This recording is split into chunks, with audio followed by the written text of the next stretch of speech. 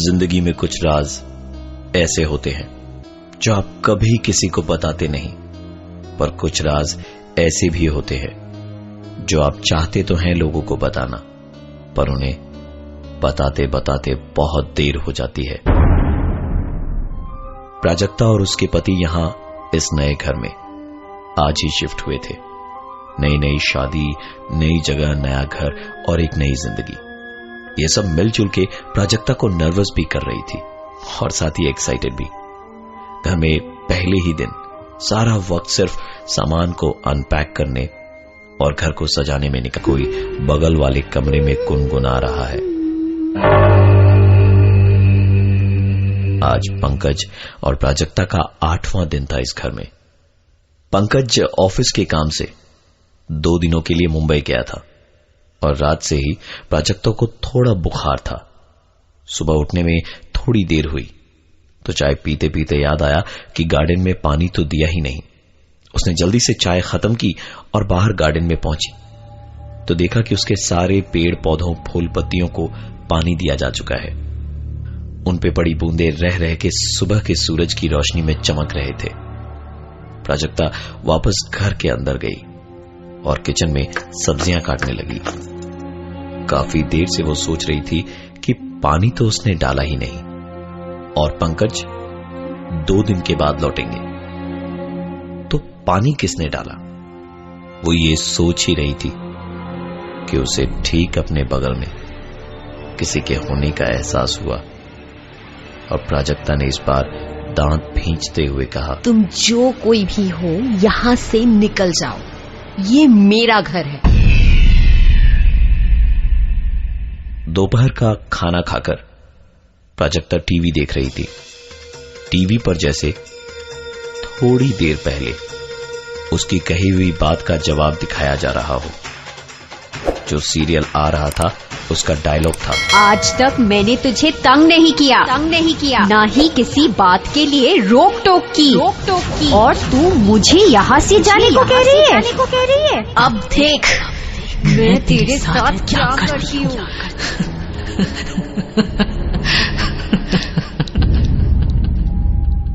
ये आखिरी शब्द प्राजक्ता ने ठीक अपने कानों में सुने, जैसे कोई उसके पीछे से बोल रहा हो। प्राजक्ता भी बड़ी स्ट्रांग लड़की थी, उसको कुछ खास फर्क नहीं पड़ा। उसने टीवी बंद किया और दोपहर की नींद लेने चली गई।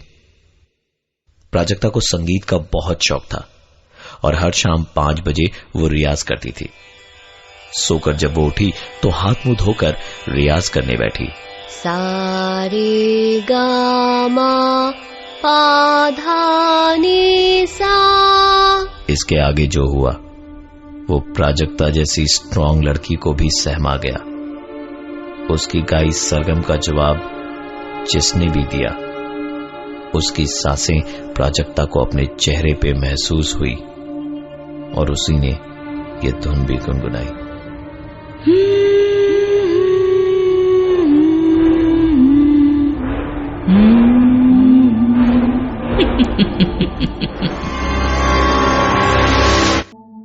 प्राजक्ता और पंकज की नई शादी के बाद दोनों इस नए शहर और नए घर में शिफ्ट हुए, जहां प्राजक्ता को हमेशा ऐसा लगता जैसे कोई आस पास है। किसी की मौजूदगी का ये एहसास जब एक दिन बहुत करीब से हुआ तो प्राजक्ता ने गुस्से में कहा, तुम जो कोई भी हो यहां से निकल जाओ, ये मेरा घर है। प्राजक्ता को संगीत का शौक था। जब वो रियाज कर रही थी तो उसने अपने घर में अपनी सरगम के बाद एक गुनगुनाहट सुनी।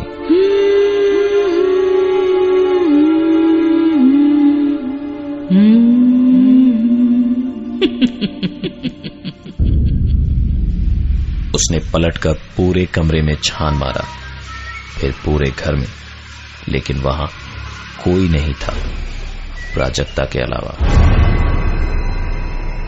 प्राजक्ता ऐसी बातों पे डर के चीख पुकार मचाने वालों में से नहीं थी। उसकी रोजमर्रा की जिंदगी पे कोई फर्क नहीं पड़ा था इस बात का।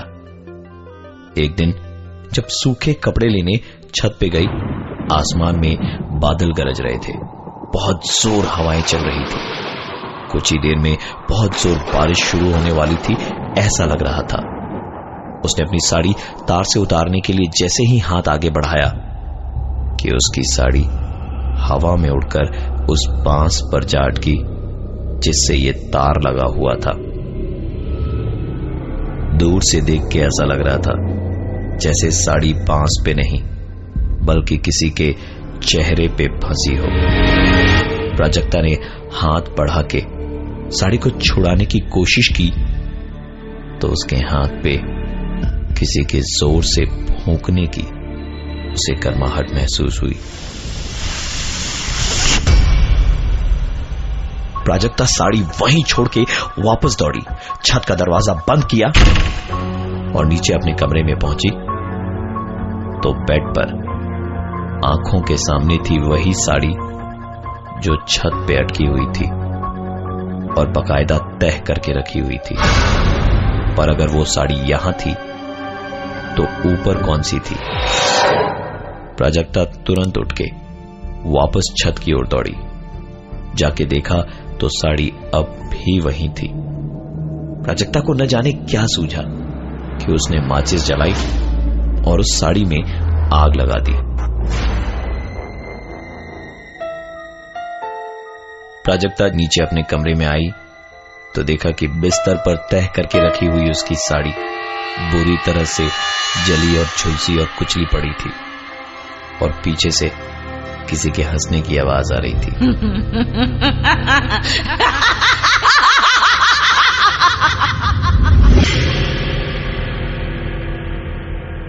शाम को जब पंकज वापस आया तो प्राजक्ता ने इस घटना के बारे में उसके साथ कोई जिक्र नहीं किया, क्योंकि अगर करती तो शायद किसी और इंसान की तरह पंकज भी उसे पागल ही कहता। देर रात सोते वक्त प्राजक्ता की नींद तब खुली जब उसे लगा कि उसकी चादर कोई नीचे खींच रहा है। प्राजक्ता ने नींद में ही चादर वापस खींची और खींचते ही चादर दोबारा नीचे खींची गई और इसी बीच चादर फटने की आवाज आई।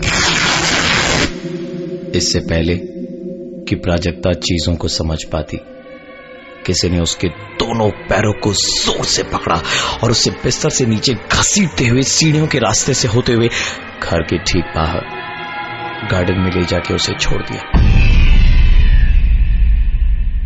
सुबह जब प्राजक्ता की आंख खुली तो पंकज ऑफिस जा चुका था।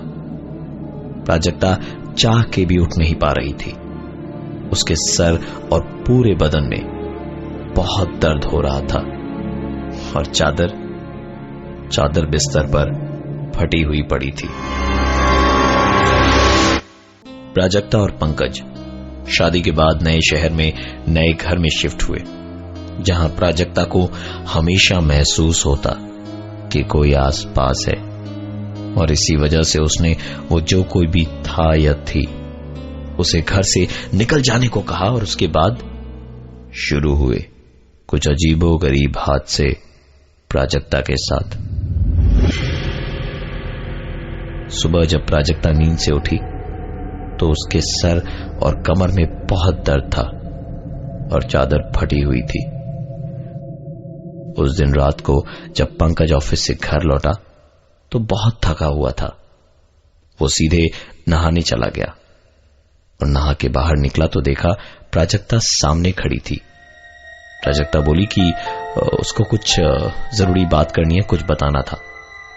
पंकज कपड़े पहनते हुए हंसते हंसते ही बोला, अरे बोलो ना, क्या हुआ? नए घर में कोई प्रॉब्लम तो नहीं हो रही है ना? प्राजक्ता ने आगे जो बताया वो किसी की भी शादीशुदा जिंदगी को खत्म कर सकती है। उसने बताया, एक्चुअली मेरी शादी जबरदस्ती मेरे माँ बाप ने करवाई थी। मेरा एक बॉयफ्रेंड था, मतलब अभी भी है।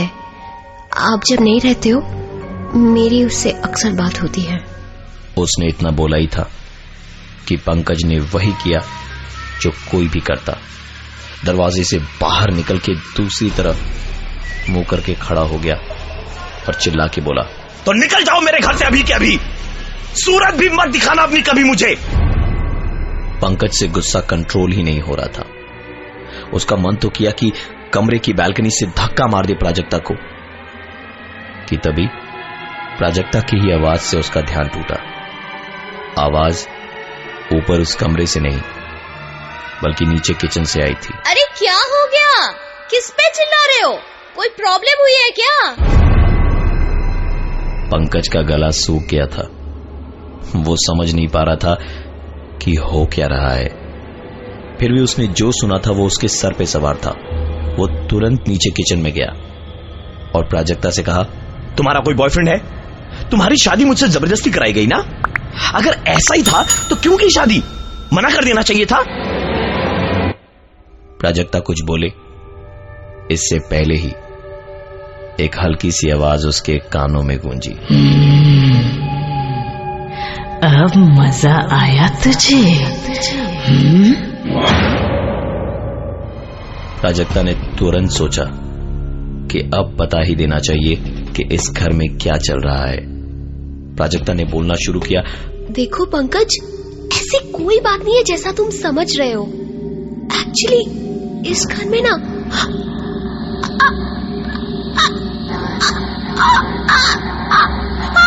बोलते बोलते वो बीच में ही अटक गई। प्राजक्ता चाह कर भी आगे कुछ नहीं बोल पा रही थी। प्राजक्ता जिद्दी तो थी, इसलिए उसने फिर बोलने की कोशिश की। पंकज क्या है ना, इस घर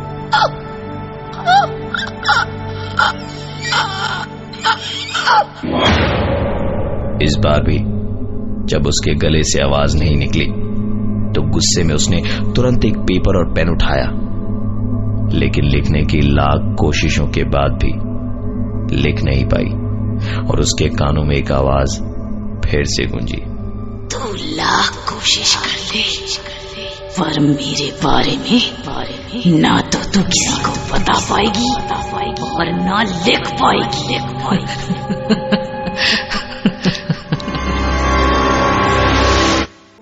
प्राजक्ता और पंकज शादी के बाद नए शहर नए घर में शिफ्ट हुए और वहां आते के साथ ही शुरू हुई प्राजक्ता के साथ कुछ ऐसी घटनाएं जिनके बारे में अगर वो बोलना चाहती तो उसकी आवाज अटक जाती और अगर लिखना चाहती तो लिख भी नहीं पाती। धीरे धीरे ये बातें प्राजक्ता को पागल बनाए जा रही थी। पंकज भी बीच बीच में घर से बिजनेस टूर के लिए 2-3 दिनों के लिए गायब रहता था। ऐसे में वो सारी चीजें प्राजक्ता के साथ और भी ज्यादा होती। ऐसे ही एक दिन दोपहर में प्राजक्ता सो रही थी तो घर की डोरबेल बजी। दरवाजा खोला तो सामने खड़ा था पोस्टमैन एक चिट्ठी लिए। प्राजक्ता के इस नए घर के ठिकाने पर यह पहला खत था। उसने खोलकर पढ़ना शुरू किया तो यह चिट्ठी झारखंड के एक सेशन कोर्ट की थी। जैसे जैसे प्राजक्ता चिट्ठी को पढ़ रही थी, घर की चीजें अचानक से हिलना शुरू हुई। दरवाजे अपने आप खोलने और बंद होने लगे। किसी के जोर जोर से रोने की आवाजें आने लगी। इस बार ये सारी चीजें प्राजक्ता को डरा नहीं रही थी, क्योंकि चिट्ठी में लिखी चीजों के सामने ये सारी चीजें बहुत छोटी थीं। जैसे जैसे वो चिट्ठी को पढ़ रही थी वैसे वैसे ये आवाजें और भी ज्यादा तेज होती जा रही थी और प्राजक्ता की आंखें भी नम हो चुकी थी। उसके सामने था एक बहुत बड़ा सच जो उससे छिपाया गया था। न जाने प्राजक्ता को क्या सूझी कि वो एक पेपर और पेन लेकर लिखने बैठी और साथ ही उसने पुलिस स्टेशन में फोन करके कुछ कहा और उसके बाद फोन डिस्कनेक्ट कर दिया। थोड़ी ही देर में घर के अंदर का तूफान शांत हो चुका था। शाम को जब पंकज घर आया तो घर के बाहर बहुत भीड़ लगी थी। किसी से पता चला कि उसकी बीवी प्राजक्ता ने सुसाइड कर लिया है। जब वो दौड़ा दौड़ा घर के अंदर गया तो वहां पुलिस उसका इंतजार कर रही थी। दरअसल ये पंकज की दूसरी शादी थी, जिसके बारे में प्राजक्ता को कुछ मालूम भी नहीं था। पंकज की पहली बीवी ने पंकज की हरकतों और उसके किसी और से अफेयर होने के गम में सुसाइड कर लिया था। पंकज पर इस जुर्म में केस भी चला, पर वो चिट्ठी जो प्राजक्ता ने पढ़ी थी वो कोर्ट की ही चिट्ठी थी, जिसमें लिखा था कि इस केस को क्लोज किया जा रहा है और पंकज को बाइज्जत बरी किया गया है। प्राजक्ता ने मरते वक्त एक सुसाइड नोट लिखा था, जिसमें उसने लिखा कि मुझे मेरे पति की सच्चाई मालूम चल चुकी है और मैं ये चीज बर्दाश्त नहीं कर सकती। शायद लोगों को लगे कि मैं पागल हूं, पर मुझे यकीन है कि इस घर में मुझे परेशान करने वाली आत्मा पंकज की पहली बीवी की ही है। मेरी मौत का जिम्मेदार कोई और नहीं बल्कि मेरे पति पंकज ही हैं, जिन्होंने इतनी बड़ी बात मुझसे छिपाई। पंकज पर फिर से एक केस शुरू हुआ और इस बार उसे 10 साल की जेल हुई। वो घर पिछले 4 सालों से बंद पड़ा है, पर वहां के लोग जो उस घर के अगल बगल रहते हैं, उनकी माने तो रात होने के बाद वहां औरतों के रोने की आवाज सुनाई देती है।